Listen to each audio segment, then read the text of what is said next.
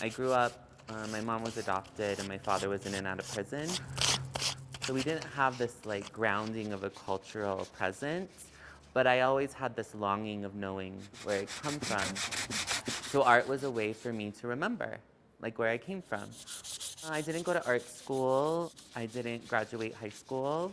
It was my senior year, and they wanted me to go to a gym class, and it was 2 months before my graduation. And I was in art class all the time. I was winning awards with this organization called Scholastic Art and Writing Awards. My art got sent to New York, and I just knew I wanted to be an artist. So gym was just like, so they kicked me out, and I was like, okay. I'm not going to go to art school, but I am just going to keep creating. So I work with clay, and clay, I believe, holds all the memories of the earth. And it holds all the elements. It's earth, air, fire, and water. And I teach clay as well, and when I see that, when students create from clay, it's that intuition. It's that inner remembering of working with the earth. And so my art is really about honoring my ancestors, my identities. I'm Dr. Renée Fajardo. I am the director of the Metropolitan State University Journey Through Our Heritage program. So I was one of the very fortunate young people back in the day and a young member of the Chicano Humanities Arts Council in the 80s to come upon a teacher, our maestra Rita Wallace de Flores, who was one of the people that came to Colorado and really helped young Chicanos establish what Dia de los Muertos was and began teaching it. And Rita Wallace de Flores and the Luna boys, as we call them, from the pirate Bob Luna specifically, were really instrumental in bringing those traditions here to Colorado. Well, I met her probably when I was about 17. I was in at an organization called CHOC, Chicano Humanities for the Art Council, and also at a gallery called Pirate Art Gallery. And every year they did a Dia de los Muertos celebration, and you could make an ofrenda, an altar. It was extremely important that when she came, she brought a lot of the traditions surrounding the building of ofrendas, the traditions of the cuentos, the storytelling. So timelines kind of traveled, and then about 5 years ago, I met Renée, and she's just been a great advocate and just really a beautiful, kind, open-hearted person I've been learning from. And Rita was her teacher. So it was kind of this full circle moment.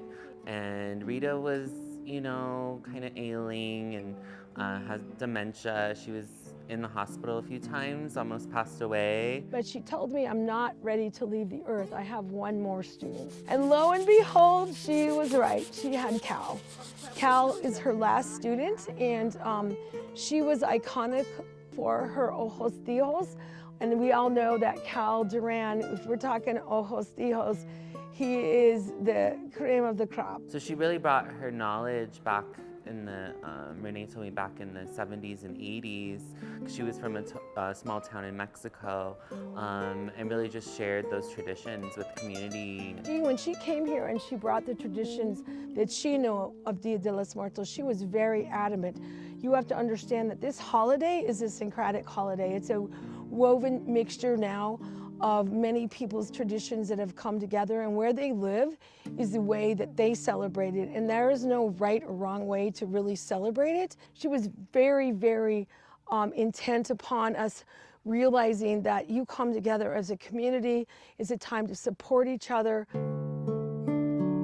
So she passed away on April 27th, close to the Day of the Children, Dia de Niño. When it came time to celebrate her life, Cal made her a huge altar. So she passed away April 27th, and then this is really just in honor to her and her legacy. There's also photos of other women in lineage. They're called the Corn Mothers that have passed away as well on the altar.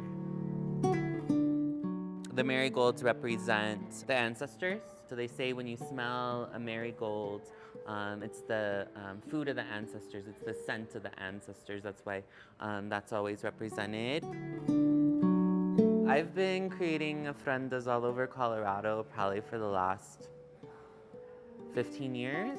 Probably 10 years ago, that was one of my first skeletons I created, and it survived. I wanted to give it wings as it's flying back home. And then these are all photos of Rita. An ofrenda is an offering, so meaning offering, but it's also an altar. I refer to as an ofrenda as a little pit stop, like a beacon of light. This is actually one of Rita's pieces. So she worked a lot with corn husks and crepe paper. She loved dolls, they're called muñecas. Up there is a big sacred heart me and my friend built about 10 years ago. It's all paper mache, and behind it is an ojo de Dios, that's a God's eye.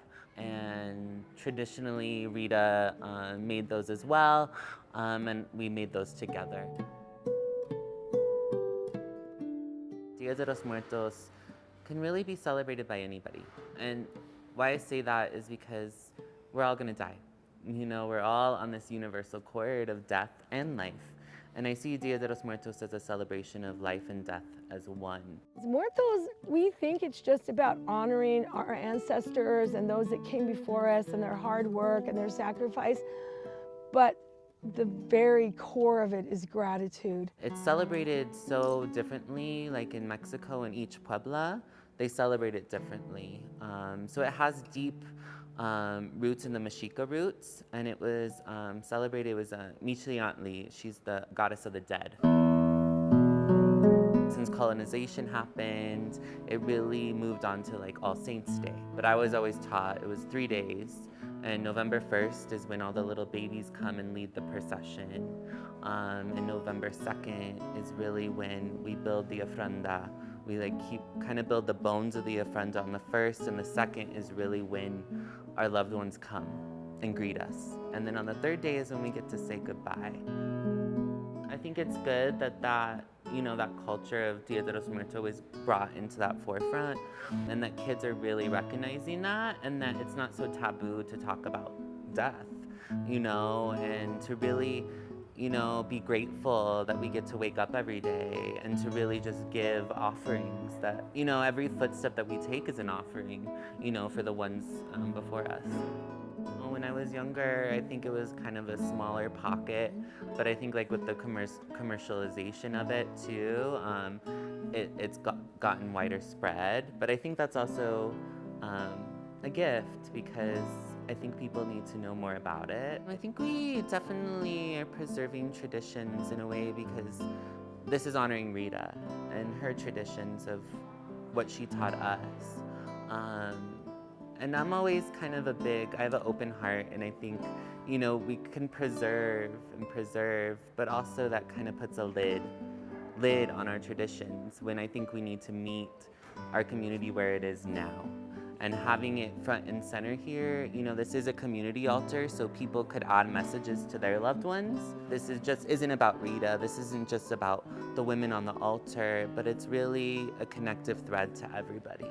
And that's really what I want to preserve in this, and I think that's what Dia de los Muertos is really about, is the connective thread within everybody. These are all messages I see that community has already offered. I believe Dia de los Muertos is every day, all day, we should celebrate, the ones that have left this realm, because their memories are like seeds planted inside of us, and we get to just really share that with everybody we meet.